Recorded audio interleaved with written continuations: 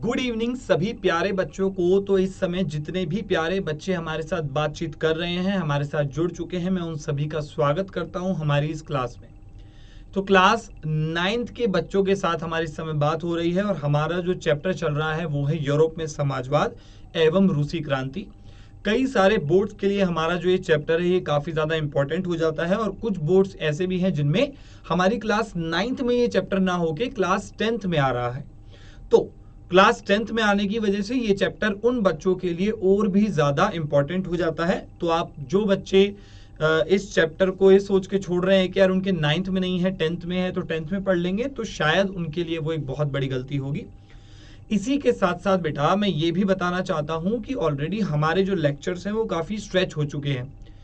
आज की जो क्लास होने वाली है वो पूरी तरीके से पढ़ाई के ऊपर ही बेस्ड होने वाली है। हम लोग इधर उधर की कोई बात ना करते हुए केवल और केवल अपना मेन मकसद ये रखेंगे, मेन फोकस हमारा ये रहेगा कि आज की क्लास में हम बिना समय को व्यर्थ करे सीधे पढ़ाई की बातें करें, सीधे पढ़ाई पर चलें और जो समय आप लोगों का इधर उधर वेस्ट हो जाता है उस चीज को हम अवॉइड करें, क्योंकि समय के साथ साथ आप लोगों का जो कीमती डेटा है, जो मोबाइल का जो डेटा है, इंटरनेट है, उसके साथ भी आप लोगों को बहुत स्ट्रगल करना पड़ता है। आपको दिन में कई क्लासेस देखनी होती हैं, तो क्यों ना हम अपनी इस क्लास को बिल्कुल टिप टॉप यानी कि बिल्कुल एकदम टिप पे रख के चलते हैं, यानी कि भैया कोई इधर उधर की बातें नहीं करेंगे। साथ ही साथ मैं उन बच्चों को ये भी बता देना चाहता हूं जो कमेंट्स में अक्सर बोलते रहते हैं, मैं कमेंट्स आप लोगों की क्लास के बाद भी देख लेता हूं। तो कई बच्चे बोलते रहते हैं भैया मेंटी क्यों नहीं कराते हो, क्यों मेंटी नहीं करवाते हो। तो भैया मेंटी का फायदा आप लोगों का होगा जब आप लोगों के एग्जाम्स आएंगे। एग्जाम में भी मेंटी का फायदा, यार मेंटी जब होती है ना तो बच्चे क्वालिटी पे नहीं स्पीड पर फोकस रखते हैं। वो ये करते हैं कि यार माइक्रो सेकंड में भी अगर हम आंसर दे पाए तो बढ़िया है। सेकंड चीज, जब मैं आप लोगों का कभी कभी जैसे बीच में यूजुअली कभी कोई टेस्ट हो जाता है, ठीक है, यूजुअली जब भी कोई टेस्ट हो जाता है, फिर चाहे वो हमारा ऐप पर हो चाहे यूट्यूब पर हो, जैसे भी वो होता है, तो वो जो टेस्ट होता है उसमें तक अभी तक किसी बच्चे ने एकदम ऐसा आउटस्टैंडिंग परफॉर्म नहीं करा है। तो ये कारण है कि जब मैं आप लोगों के कमेंट्स बाद में देखता हूं, खासकर कि उन बच्चों के जो कहते हैं कि मेंटी क्यों नहीं है, ये क्यों नहीं है, वो क्यों नहीं है, तो यार ये चीजें बड़ी दिक्कत वाली बात आती है, क्योंकि वो चीजें अभी समय ज्यादा आपका व्यर्थ करेंगे। आप लोगों को वहां से भी सिलेबस आपका पूरा नहीं करवा सकती मेंटी तो आपका अगर सिलेबस पूरा हो चुका है तो टेस्ट हो जाएगा। हमें अभी सिलेबस पूरा करना है, अभी आप लोगों का सिलेबस पूरा नहीं हुआ है, तो सिलेबस पूरा करने पे हमारा मेन मुख्य फोकस है।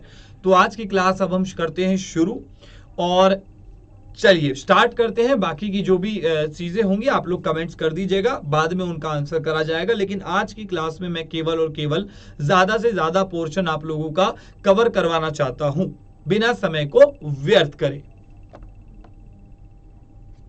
चलिए, तो यूरोप में समाजवाद एवं रूसी क्रांति हमारा ये अध्याय है जो कि आप भली भांति अच्छे तरीके से जानते हैं। अब मैं स्टार्ट करने वाला हूं हमारी इस क्लास को बिना समय व्यर्थ करे, और मैं शुरुआत भी जो करूंगा वो मैं करूंगा अर्थव्यवस्था और समाज से ही, क्योंकि ये जो मेरा टॉपिक है इसके बारे में मैंने आपको बताया है। लेकिन बताने के साथ साथ एक और समस्या है कि भैया बच्चों को समझने में प्रॉब्लम आ रही है, क्योंकि ये जो अध्याय है ये वाकई में थोड़ा सा मुश्किल अध्याय है। फ्रांसीसी क्रांति की तरह इतना आसान चैप्टर ये नहीं है, इसको इंटरेस्टिंग बनाना पड़ता है। और इंटरेस्टिंग बनाओगे कैसे? इंटरेस्टिंग बनाने का सबसे बेहतरीन तरीका है कि भैया केवल और केवल अपना फोकस रखा जाए यहां पर। चलिए, अर्थव्यवस्था और समाज।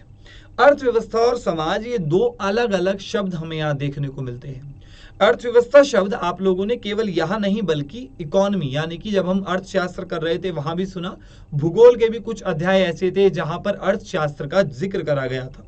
तो अर्थव्यवस्था और कुछ नहीं बल्कि किसी समाज की, किसी देश की, किसी राज्य की, किसी गांव की, किसी शहर की फाइनेंशियल स्थिति को कहते हैं कि भैया वहां की अर्थव्यवस्था कैसी है, वहां पर लोग कितना कमा रहे हैं, उनकी आय कितनी है, कितना उपभोग कर रहे हैं, जीवन प्रत्याशा दर कैसी है, जीवन जीने का स्तर कैसा है, स्वच्छ पानी, भोजन ये मिल भी पा रहा है कि नहीं मिल पा रहा है। तो ये सारी की सारी चीजें अर्थव्यवस्था को उठाने में, अर्थव्यवस्था को बनाने में कारगर साबित होती है। दूसरा जो हमारा शब्द है वो है समाज। समाज यानी कि सोसाइटी, यानी कि मैं, आप लोग और आप जैसे अन्य बच्चे भी। फिर चाहे आप कोई भी बच्चा ले लीजिए, आप कोई भी एग्जाम्पल ले लो, कि भैया कोई भी वो बच्चा आपका हो सकता है। ठीक है, तो टाइटल हम समझ चुके हैं और मैं बच्चों से रिक्वेस्ट है कि आज की क्लास में ना आप लोग कमेंट्स बेशक करते रहिएगा। आप लोगों का कोई डाउट है तो आप छोड़ सकते हैं कमेंट्स में, पर उसके बावजूद केवल और केवल पढ़ाई पर ध्यान दीजिए आज, और कहीं इधर उधर की बातें मत कीजिए वरना स्किप हो जाएगा बहुत इंपॉर्टेंट टॉपिक। चलिए, जो टॉपिक है हमारा वो क्या है, 20वीं सदी की शुरुआत में, यानी कि 20वीं सदी की यहां पर बात करी गई है, और मैं स्पीड अपनी आज रखूंगा थोड़ी सी तेज। 20वीं सदी का मतलब है कि 1900 से लेके 1999 तक की बात करी गई है। मैं अपनी क्लासेस में बार बार आपको सदी है ना और दशक इनके बारे में समझाता रहता हूं। तो इस समय पे रूसी साम्राज्य का 85% जो आबादी थी वो कृषि में लगी हुई थी। यानी कि अगर मान लेते हैं कि कुल आबादी 1 लाख है, तो यार 1 लाख में करीब करीब आपका 75% भी नहीं, करीब करीब 85% का मतलब आप समझ रहे हैं, 85,000 लोग, 1 लाख में से 85,000 लोग कृषि में ही लगे हुए हैं, कहीं और नहीं लगे हुए हैं। करीब करीब 85% लोग केवल और केवल कृषि में लगे हुए हैं। शेष जो 15% बचता है वो अन्य रोजगारों को मिल रहा होता है। तो ऐसी स्थिति में हम ये अनुमान यहां लगा सकते हैं कि फ्रांस जो हमारा अर्थव्यवस्था थी और जो वो समाज था वो पूर्ण रूप से हमारा खेती पर निर्भर था।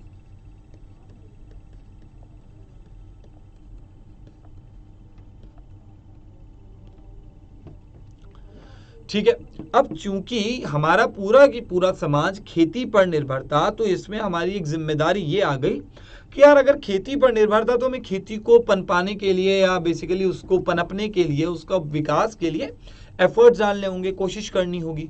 समझ रहे हैं आप, पूरी की पूरी स्टोरी मैं आपको सुना रहा हूं। ठीक है, कुछ पॉकेट में उद्योग थे, बेसिकली ये कहना चाह रहा है कि कुछ उद्योग भी थे, छोटे उद्योग, बड़े उद्योग, हर टाइप के उद्योग आपको देखने को मिल जाएंगे। और जो वो उद्योग थे उसमें से कुछ 2 मुख्य ऐसी जगह थी जिनमें से एक आपका सेंट पीटर्सबर्ग और दूसरा आपका मॉस्को। यहां पर क्या है, उद्योग थे आपके। उत्पादन का जो ज्यादातर हिस्सा था वो कारीगर ही करते थे। यानी कि अगर मैं बात करूं कि यार अच्छा चलो इसको इस तरीके से समझते हैं, मैं ये कहता हूं कि आप सभी बच्चों में से किसी भी एक बच्चे का उदाहरण मैं ले लूं, कोई भी फला नाम, रोहन, रोहित, और आपका कोई भी आप नाम ले लीजिए, यहाँ पे तरुण नाम ले लीजिए, आशीष नाम ले लीजिए, कोई लड़की है स्नेहा हो गई, क्या कहते हैं कविता हो गई, सीमा हो गई, कोई भी आप नाम यहाँ पर ले लीजिए, अफसाना हो गई, कोई भी नाम ले लीजिए। आपकी दुकान है अपनी, और दुकान है मिठाई की। समझिएगा, इस पूरे बात को समझिएगा, आपकी दुकान है मिठाई की। अब मिठाई की दुकान में अधिकतर उत्पादन कौन करता है, हलवाई करेगा, कारीगर करेगा, कारीगर है वो आपका। भाई आपके लिए तो वो आपका कारीगर है ना, वो अलग अलग मीठी मीठी डिशेस बना रहा है, अरे रसगुल्ले बना रहा है, एक बच्चा कह रहे भैया रसमलाई का मन कर गया, अच्छा चलो रसमलाई बना रहा है, गुलाब जामुन बना रहा है, काजू कतली बना रहा है। तो ऐसी स्थिति में एक सारी मिठाइयों का एक अधिकांश हिस्सा एक ही हलवाई बना रहा होता है। यानी कि अगर मीठे का डिपार्टमेंट एक ही बंदे को आपने दे दिया है तो लगभग सारी मिठाई वही बनाएगा, है ना। दूसरा, आपके वहां पर 1-2 चीजें ऐसी भी मिलती हैं जो कि आप बनी बनाई लेकर आते हो, जैसे कोल्ड ड्रिंक हो गई। भाई आपने देखा होगा ना कि एक मिठाई की दुकान में आप जाते हो, तो मिठाई की दुकान में अगर आप जाते हो तो वहां पर आपको क्या चीजें दिखाई देती हैं, वहां पर आपको चीज दिखाई देती है, भाई आपको समोसे दिख गए, मिठाइयां दिख गई अलग अलग तरह की, रेफ्रिजरेटर में आप लोगों को कोल्ड ड्रिंक्स भी मिल जाती है। यार एक समोसा और एक कोल्ड ड्रिंक ले आओ, एक कोक लाओ जरा, कुछ इस तरीके से आप लोग जाके कई बार ऑर्डर करते हो। तो कोक क्या खुद बनाते हैं, नहीं बनाते। तो एक बड़ा हिस्सा तो कारीगर ने खुद बनाया आपकी दुकान में, और एक हिस्सा कुछ ऐसा था जिसने कारीगर ने जिसका कारीगर का कोई योगदान नहीं था। तो ठीक उसी तरीके से जो इनका समाज था जो कि कृषि पर निर्भर था, हमारी 20वीं सदी की बात यहां हो रही है, उसमें जो कृषि पर आधारित जो समाज था उसमें उत्पादन का ज्यादातर हिस्सा कारीगर ही करते थे। लेकिन इसमें कुछ बड़ी फैक्ट्रियां भी थी। अब बड़ी फैक्ट्रियां थी तो बड़ी फैक्ट्री बिना मशीन के तो नहीं चलेंगी, समझना मेरी बात को। बड़ी फैक्ट्री है तो पैसा ज्यादा है, होगा कि पैसा कि नहीं होगा, और पैसा ज्यादा है तो मशीनरी होगी कि नहीं होगी। भाई कोई बहुत बड़ा किसान है, वो बैल और हल की बदौलत थोड़ी अपने खेत को जोतेगा, नहीं जोतेगा। वो कहेगा अरे भाई ट्रैक्टर लेकर आओ, चलो जो काम हम 10 दिन में करेंगे उसको एक ही दिन में कर देते हैं। लेकिन यहाँ पर समय तो बच रहा है। लेकिन अब आप ये देखिए कि जो जीव हैं, जैसे कि एक बेसिक एग्जांपल मैं आपको देता हूँ, क्योंकि मशीनरी का जो इस्तेमाल है, मशीनरी के इस्तेमाल ने कई सारे संसाधन हमारे बहुत ही व्यर्थ कर दिए। और मशीनों के इस्तेमाल के आने के बाद एक और समस्या खड़ी हुई है, और वो समस्या ये खड़ी हुई है कि जो जीव जंतु थे जो कि पहले हमारी सहायता करा करते थे कामों में, आज वो हमारे किसी काम नहीं रहे। तो ऐसी स्थिति में हम एक बहुत ही मामूली आम स्थिति देखने को हमें ये मिलती है कि कृषि में जब से मशीनों का इस्तेमाल होने लगा, जो हमारे बैल हैं, यानी कि जो गाय वंश के जो पुरुष हैं, बेसिकली हैं, इस तरीके से समझते हैं, बैल जो होते हैं, है ना, ऑक्स, तो जो होते हैं उनका प्रयोग कम हो गया। अब ऐसी स्थिति में जब किसी गाय को कोई बछड़ा होता है, कोई मेल बच्चा उसका होता है, तो उस स्थिति में उसको थोड़े बहुत दिन अपने पास रखते हैं और उसके बाद छोड़ देते हैं। और छोड़ने पे क्या होता है भाई, वो बच्चे को भी बड़े सफर करना पड़ता है, उसको अपनी माँ के पास रहना है, पर हम उसे हटा देते हैं। तो यहां पर दोनों ही पहलू हमें देखने को मिलते हैं स्पष्ट रूप से। अब आगे अगर हम बढ़े तो अधिकतर कारखाने, भाई उद्योगों की बात करी गई, तो अधिकतर कारखाने हमारे 1890 के दशक में खुले, और इस दौरान रूस में रेल का विस्तार हुआ और उद्योगों में विदेशी निवेश बढ़ा। एक चीज आप याद रख देना कि जो रेल का विकास है, रेल का विस्तार है, अगर ये बढ़ेगा तो किसको क्या और बढ़ेगा, तो भैया आपका उद्योग भी बढ़ेंगे। क्यों? क्योंकि रेल से यातायात का जो साधन है वो बहुत शानदार है। आप भारी सामान, अच्छा खासा माल, जितना भी आपका मटेरियल है, चाहे वो कैसा भी मटेरियल हो, वो मालगाड़ी या अन्य गाड़ियों के द्वारा, अन्य रेलगाड़ियों के द्वारा एक स्थान से दूसरे स्थान पर पहुंचाया जाता है। यदि ऐसा होता है तो वहां पर उद्योग, फैक्ट्री, मशीनरी लगने के चांसेस बढ़ जाते हैं, क्योंकि वहां पर उन्हें पता है कि आसानी से वो अपने बनाए हुए सामान को एक स्थान से दूसरे स्थान पर भिजवा सकते हैं। क्लियर हो गया होगा आई थिंक सभी बच्चों को। यहाँ पे बच्चों को क्लियर हो गया है तो कमेंट्स में थम्स अप देना ना भूलें, जिससे मुझे ये दिखाई देता रहेगा कि आप सभी बच्चों को हमारी जो ये क्लास है ये समझ में आ रही है।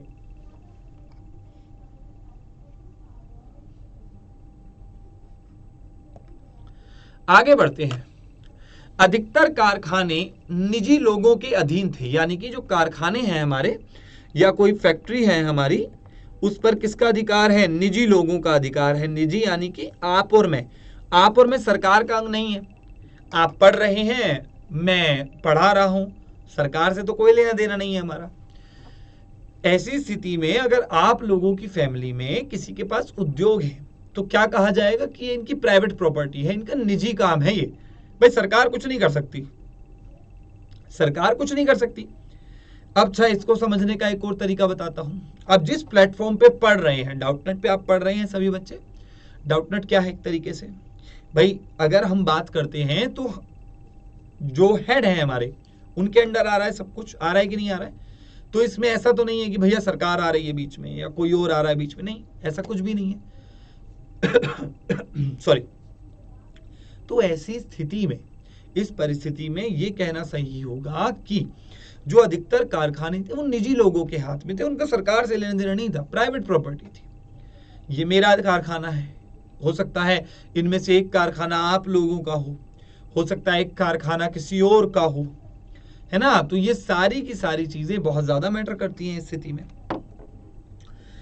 अब बड़े कारखानों पर सरकार नजर रखती थी ताकि न्यूनतम मजदूरी और काम के घंटों के नियमों का पालन हो। दो मजबूरियां थी मजदूरों की, एक तो थी आपकी न्यूनतम मजदूरी और एक आती थी आपकी काम के घंटे। इन दो ही चीजों का प्रयोग करके कोई भी किसी भी मजदूर का शोषण कर सकता था। न्यूनतम मजदूरी डिसाइड ना हो, कम वेतन पे काम करवाएगा। काम के घंटे डिसाइड ना हो तो कम वेतन तो देगा ही देगा, ज्यादा घंटों तक भी काम करवाएगा। तो ये दोनों ही चीजों पर सरकार ने क्या रखी? नजर रखी।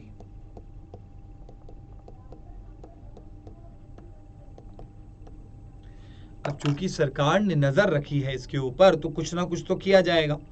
तो लेकिन नियम आसानी से तोड़े जाते थे। अब सरकार नजर तो रख रही थी, सरकार ने नजर रखी, नियम बनाए, लेकिन उन नियमों को तोड़ना कोई ज्यादा बड़ी प्रॉब्लम नहीं थी। बड़ी आसानी से कोई भी ऐरा गैरा व्यक्ति जिसको थोड़ी बहुत आइडिया था कि किस तरीके से काम करवाया जा सकता है, वो बड़ी ही आसानी से नियमों को तोड़ देता था और मजदूरों का शोषण हो जाता था। कई बार मजदूरों को एक दिन में 15 घंटे तक काम करना पड़ता था। अब आप अंदाजा लगा सकते हैं कि 15 घंटे कितने ज्यादा होते हैं। इसका मतलब ये हुआ कि 24 घंटों में से एक व्यक्ति ने अपने आधे दिन से भी 3 घंटे ज्यादा दिए। भाई 12 घंटों में आधा दिन पूरा हो जाता है सभी का, है ना। कोई अनोखा व्यक्ति हो तो भैया अलग बात है, वरना 12 घंटों में सभी का आधा दिन पूरा हो जाता है। अब 12 घंटों में तो भैया आधा दिन हो गया, उसके ऊपर 3 घंटे और 15 घंटे रोक रहे हैं काम के लिए।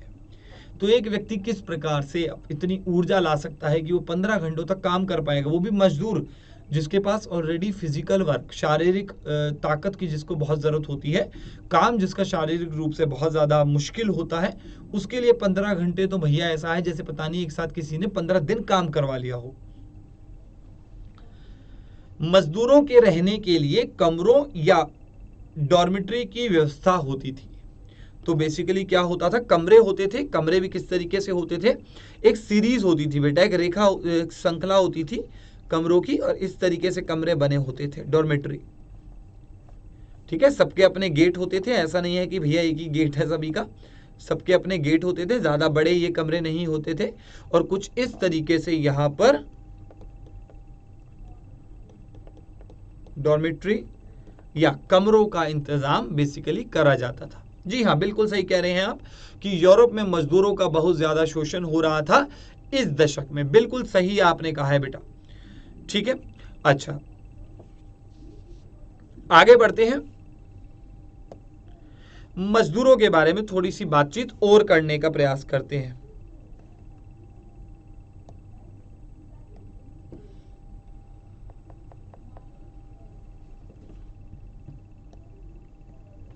मजदूर यानी कि लेबर यानी कि वे लोग जो कि शारीरिक रूप से काम कर रहे हैं, किसी भी कार्य को पूरा करने का प्रयास कर रहे हैं, और इनका सीधा सीधा जो असर पड़ता है वो, या कोई वर्ड अगर हम यहाँ यूज कर सकते हैं तो वो श्रम है।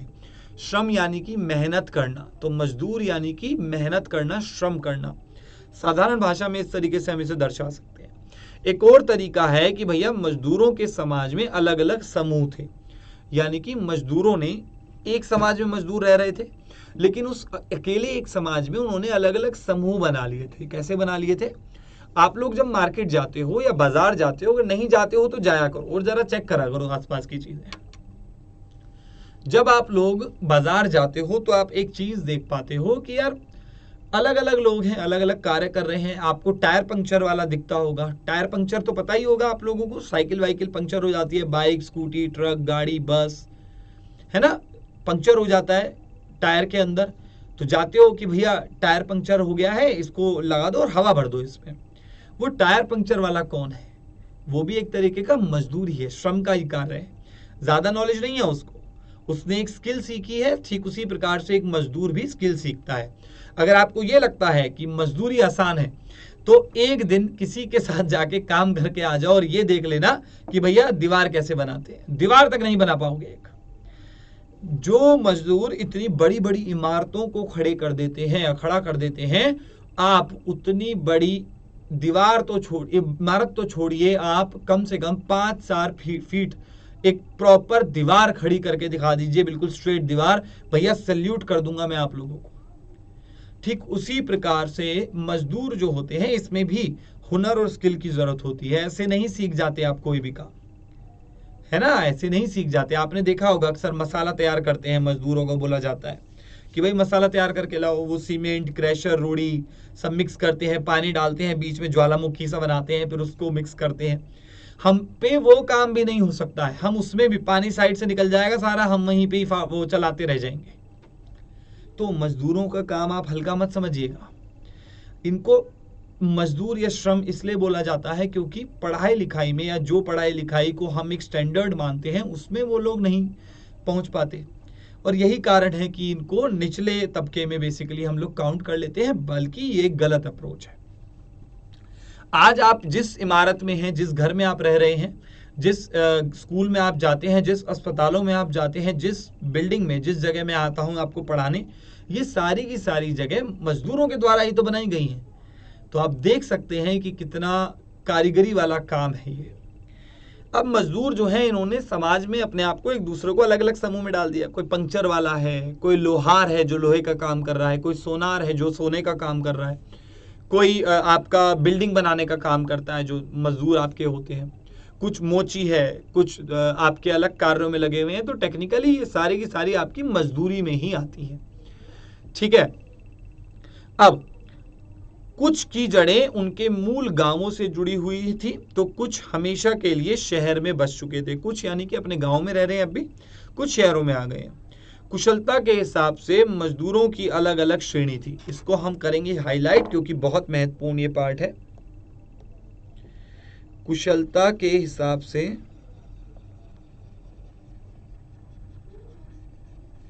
मजदूरों की अलग अलग श्रेणी।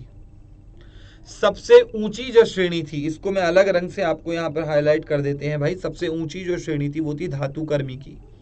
किसकी थी वो श्रेणी? धातुकर्मी। धातुकर्मी यानी कि जो धातुओं का काम करता है, ठीक है, उसकी सबसे ऊंची श्रेणी में उसे रखा गया। साथ साथ जो हमारे मजदूर हैं, उनकी पोशाक और उनके लहजे से भी इन विविधताओं का पता चल सकता था। यानी कि भाई अगर मान लीजिए कोई लोहार है तो वो कुछ अलग कपड़े पहन के काम करेगा। कोई पेंटर है, पेंट करने वाला, जो दीवारों पे रंग रोगन करते हैं, उनके कपड़े आपको रंग बिरंगे देखने को मिलेंगे। आप कपड़े देख के बता दोगे, अगर वो काम कर रहा है ना, आप कपड़े देख के बता दोगे कि अरे ये तो पेंटर है। क्यों भाई? सारे कपड़ों पे पेंट की छींटें होती हैं। आप काम करें, ब्रश से काम कर रहे हैं और आपके ऊपर छींटें ना आए, मुमकिन ही नहीं है। और नहीं है विश्वास तो उठाओ ब्रश, लगाओ पेंट और मारो दीवार पे 4-5 बार, पता चल जाएगा। 3-4 छींटें तो मुंह पे आके लगेंगी। ठीक है। इन विविधताओं के बावजूद जब कभी भी जरूरत होती थी तो मजदूर अपनी एकता दिखाते थे। यानी कि इनमें समूह तो बटे हुए थे, लेकिन अगर आप उंगली है, मान लीजिए ये 5 अलग अलग है, मान लीजिए ये 5 है, ये आपका धातुकर्मी हो गए, इसमें आपके पेंटर हो गए, पंक्चर वाला हो गया, मोची हो गया, माली हो गया, एक तरह से सारे मजदूर हैं। ठीक है, ये 5 मजदूर हैं। मैंने इस वाले मजदूर को पकड़ा, धातुकर्मी को, और मैं इसे मरोड़ रहा हूं, मैं इसे गिराने की कोशिश कर रहा हूं, नीचे दबा रहा हूं। मैं समाज हूं और मैं इसे दबाने का प्रयास कर रहा हूं। क्या करेंगे मजदूर? ये हाथ को कर लेंगे बंद। हाथ को बंद करने से क्या हुआ? मैं हाथ ही नहीं खुलवा पा रहा हूं। तो समाज क्या करता है? जब इन पे दबाव बनाने की कोशिश करता है, तो उस स्थिति में ये जो मजदूर हैं, ये अपनी अलग अलग वर्गों को, अपने अलग अलग विभाजन को छोड़ के एकजुट हो जाते हैं और एक दूसरे को मजबूती देते हैं और साथ में खड़े रहते हैं। तो 1896 और 1897 में कपड़ा उद्योग में ऐसे कई हड़तालें हुई और धातु उद्योग में 1902 में ऐसा होने लगा। यानी कि कपड़ा उद्योग में तो हुआ हमारा 1896 और 1897 में, और धातु उद्योग में हुआ 1902 में। हाँ भाई, और साथ ही साथ में इंपॉर्टेंट पॉइंट्स को टिक मार्क करते हुए चल रहा हूं, तो आप लोग क्या करेंगे, इन पॉइंट्स को नोट करना ना भूलें। इन पॉइंट्स को आपको नोट करते चलना है। क्लियर है सभी को? ठीक है, आगे बढ़े। किसान की बात करने वाले हैं। जी हाँ, किसान की बात होने वाली है।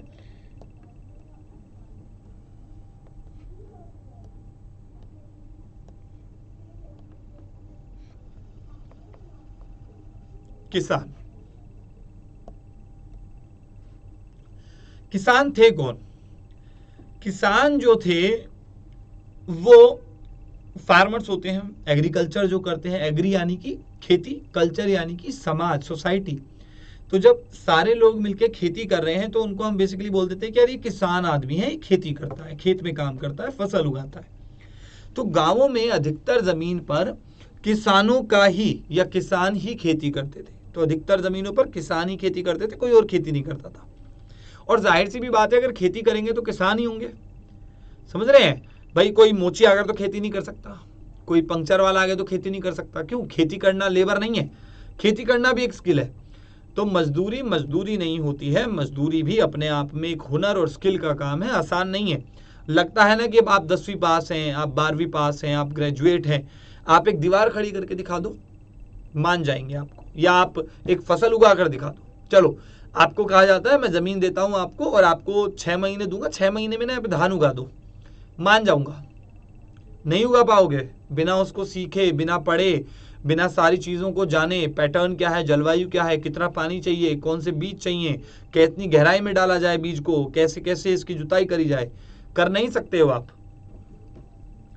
ठीक है, और ये चीजें वो बच्चे अच्छे बेहतर तरीके से समझ पाएंगे जिनके पास खेत हैं, जो किसान हैं ऑलरेडी, जो किसान के परिवार से आते हैं, जो मजदूर की फैमिली से आते हैं, उन वो बहुत बेहतर तरीके से ये चीजें समझ पाएंगे। जैसे कई बच्चे कर देते हैं, अरे भैया मेरे घर 5 खेत हैं, बहुत आता है हमें, 3 खेत है भैया हमारे यहाँ, बहुत आता है हमें, तो भैया बढ़िया बात है। ठीक है। तो गांवों में अधिकतर जमीन किसान के पास थी, लेकिन विशाल संपत्तियों पर सामंतों और राजशाही और ऑर्थोडॉक्स चर्च का कंट्रोल था। यानी कि जो बड़ी संपत्तियां थी, बड़ी भूमि के जो टुकड़े थे, उन पे आज भी समाज, ठीक है, उन पे आज भी क्या है, उन पे आज भी समाज का, राजशाही का, ऑर्थोडॉक्स चर्चों का पूरा कब्जा था, बिल्कुल एकदम जकड़ के रखा हुआ था। अगर हम कुछ अपवादों को छोड़ दें या कुछ बातों को अगर हम छोड़ दें तो किसानों के मन में सामंतों के लिए कोई इज्जत नहीं थी। यानी कि अगर मैं 100 किसानों की बात करता हूं तो 100 में से 2 किसान ऐसे थे जो कि सामंतों की इज्जत कर लेते थे, लेकिन 98 ऐसे थे कि जो बिल्कुल फुल चिड़ में रहते थे कि यार सामंत आ रहा है, चलो भाई चलो यार, चलो यहाँ से। कुछ इस तरीके का उनका बिहेवियर होता था कि यार चलो यार देखो आ गया है, इसके साथ तो हमें रुकना ही नहीं, मुझे नहीं आता है कि आग भी है। कुछ इस प्रकार का लगभग सभी किसानों का ऐसा मानना था या ऐसा उनकी सोच बन चुकी थी। ठीक है, तो जार को दी जाने वाली, अच्छा सामंतों के पास इतनी शक्ति क्यों थी? शक्ति यूं थी क्योंकि जो जार था, है ना, जो शासक जो था, किसानों के बेसिकली जो वो सेवाएं देते थे, उनके कारण सामंतों को सत्ता और हैसियत मिली हुई थी। यानी कि सामंत जब तक उस जार को अपनी सर्विसेज देते रहेंगे, उसका सपोर्ट करते रहेंगे, साथ देते रहेंगे, तब तक उनके पास सत्ता कायम रहेगी। रूस के किसान चाहते थे कि सामंतों की जमीन उन्हें मिल जाए। तो रूस के किसान चाहते क्या थे? रूस के किसान चाहते थे कि सामंतों की जमीन उन्हें मिल जाए। किसान अक्सर लगान देने से मना कर देते थे और जमींदारों की हत्या कर देते थे। तो अब आप देख रहे हो यहाँ पे उल्टा मामला है, यहाँ पे उल्टा मामला है। भारत जैसी स्थिति नहीं है, यहाँ पे उल्टा हो रहा है कि जमींदार आया बेचारा कि भैया लाओ टैक्स दो, किसान टैक्स आइए टैक्स देते हैं आपको, और बैठिए जरा, रे तशरीफ तो रखिए, जरा बैठिए थोड़ी देर।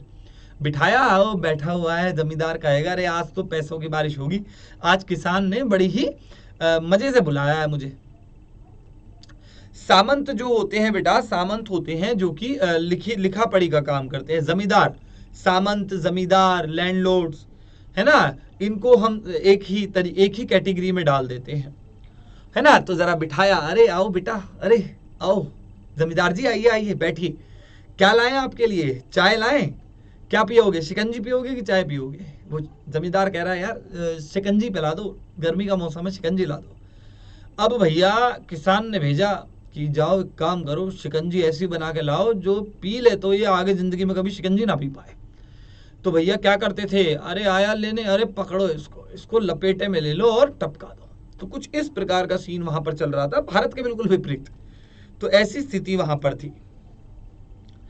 रूस से दक्षिणी हिस्से में 1902 में ऐसी हत्याएं बड़ी संख्या में हुई। यानी कि 1902 में रूस में जो जमींदारों की जो हत्याएं थी, ये शिकंजी पिला करके बिठाने का जो मामला था ना, आइए शिकंजी लाइए, अरे नींबू डाल रही हो उसमें जरा थोड़ा जहर डाल देना, अरे एक काम करो जहर छोड़ो, कुछ ऐसा डाल दो जो ये पता भी ना चले किसी को। तो कुछ इस प्रकार का वहां पे सीन चल रहा था। अच्छा ये मत लिख के आना कि शिकंजी पिला देते थे, है नंबर काट लेगा एग्जामिनर, समझाने के लिए कर रहा हूं। 1905 में तो पूरे रूस में ऐसी वारदातें होने लगी। यानी कि 1905 के आते आते पूरा रूस जो है इन वारदातों से या इन वारदातों का शिकार बनता जा रहा था। कोई ऑप्शन नहीं था भाई, उसके पास बच ही नहीं रहा था ऑप्शन। क्या करता भाई, कुछ नहीं कर सकता था, ऑप्शन ही नहीं था कोई, कहां से करे, कैसे करे, है कि नहीं है। तो ये चीजें बहुत ज्यादा बढ़ रही थी। उसके बाद रूस के किसान समय समय पर अपनी जमीन कम्यून यानी कि मीर को सौंप देते थे। कम्यून क्या होती थी बेटा? कम्युनिटी होती थी, एक तरह से क्लब आप मान लीजिए इसको, एक तरीके का क्लब आप यहां पर इसको मान सकते हैं। जैसे कि रूस के किसान क्या कर रहे थे, समय समय पर अपनी जमीनों को सौंप रहे हैं। यानी कि एक क्लब बना लिया है, कम्यून बना लिया है, कमिटी बना ली है, एक मीर बना ली है। उसमें कुछ लोग हैं, उसमें क्या करा इन्होंने, भैया आए और आने के बाद क्या करा इन्होंने कि यार चलो एक काम करते हैं, ये पर्टिकुलर जमीन हम अभी यहाँ रख रहे हैं, जिसको यूज करना है यूज कर ले। उसके बाद कम्यून जरूरत के हिसाब से जमीन को विविध परिवारों में बांट देती थी। भाई जमीन एक्स्ट्रा है यार, आज हम अपनी ना इस साल ये हमारी जो 4 एकड़ जमीन है ना, इस पर काम नहीं कर रहे हैं, हमें जरूरत नहीं है, हमारे पास बहुत अनाज है और हमें जो चीज चाहिए वो हमारी दूसरी जमीन पर उग जाएगी, हमारे पास ऑलरेडी 2-3 जमीन और हैं, उन पे हो जाएगी, 4 जमीन खाली है, इसको कम्यून को दे देते हैं। जो बेचारे हमारे साथी लोग हैं, जो गरीब किसान है हमारे, वो इस पर खेती करेंगे और जो प्रॉफिट होगा अपना रख लेंगे, हमें कुछ नहीं चाहिए। कुछ इस प्रकार का इन्होंने एक नीति, एक सिस्टम बनाया। और ऐसा सिस्टम बनने के बाद क्या करा, इस तरह से रूस के किसानों के बीच साथ मिलकर काम करने की एक लंबी परंपरा बनी। अब आप खुद ये चीज सोच लीजिए, जिन किसानों के पास जमीन है, एक्स्ट्रा जमीन है, उन्होंने उस एक्स्ट्रा जमीन को लालच में ना आकर, खुद यूज ना करके कम्युनिटी को दे दिया, कम्यून को दे दिया, अमीर को दे दिया कि यार एक काम करो, जमींदार आएगा उसे तो शिकंजी पिला देंगे, और अगर कोई किसान आएगा आपके पास जमीन लेने, तो ये रही मेरी जमीन, इसको किसान को दीजिए, किसान को कहिए कि भैया इस पे खेती करो बढ़िया से, और हमें कुछ नहीं चाहिए। कुछ इस प्रकार के जो इमोशंस थे, कुछ इस प्रकार का जो सपोर्ट था, जो साथ था, बताया था ना आपको, मुट्ठी बंद कर लेते थे किसान एकदम, सारे समूह एक साथ आ जाते थे। मजदूर वर्ग, किसान वर्ग, सारे भाई भाई ही है वैसे। तो इस स्थिति में होता ये था कि भैया बहुत ही ज्यादा एक मजबूती किसानों के बीच, मजदूरों के बीच हमें देखने को मिलती थी, जिस कारण से ये पूरी की पूरी स्थिति, ये पूरी की पूरी अर्थव्यवस्था और समाज जुड़ रहा था। अब एक और चीज आपको ध्यान रखनी थी कि हमारे कितनी थी, करीब करीब 85% खेती में थे, यानी कि हमारे तो भैया कुल मिला के 85% तो किसान ही हो गए, और मजदूर वर्ग भी इसी में आ गया। अब भैया बचा हुआ जो 15% है, वो 85% से किस प्रकार लड़े। अगर वो 85% मुट्ठी बंद करके, एकदम हाथ बंद करके, और जमींदार आ रहे हैं तो शिकंजी, अरे अच्छा चलो शिकंजी नहीं पीनी, अरे कोई नहीं, चाय लाते हैं, अरे चाय लाओ, चीनी करना कम और जहर करना ज्यादा चाय में। कुछ इस प्रकार का सीन चल रहा था वहां पर। तो हमारा जो बेटा आज की जो ये क्लास है, ये समाप्त होती है। हमारी जो आज की क्लास थी, इसका मुख्य उद्देश्य यही था कि मैं ये सारा की सारा टॉपिक एक ही क्लास में कवर कर लूं, जिस कारण से हमें एक चीज सेक्रीफाइस करनी पड़ी, वो था कि हम इधर उधर की बातें नहीं कर पाए, और हमारा जो मुख्य फोकस था केवल पढ़ाई पे था। फायदे आपको 2 हो गए कि आप लोगों को इतना सब कुछ आज सीखने को मिला, अच्छी स्टोरीज बढ़िया तरीके से आप लोगों को पढ़ाया गया, फुल पढ़ाने के मूड से हम आए थे आज। अब आप लोगों से मुलाकात होगी हमारी अगली क्लास में, तो भैया आना जरूर है हमारी अगली क्लास में, छोड़ना नहीं है किसी को। अब जाने से पहले ये क्लास जो है भैया, एक तो शेयर जरूर कर दिया करो यार, ये बोलने वाली चीजें नहीं रहती हैं, लाइक और शेयर आप लोगों को करना ही करना है, ठीक है। तो डिपेंड करता है जैसे भी है। और अब आप लोगों से मुलाकात होगी हमारी अगली क्लास में, फिर मुलाकात होगी, बाय बाय।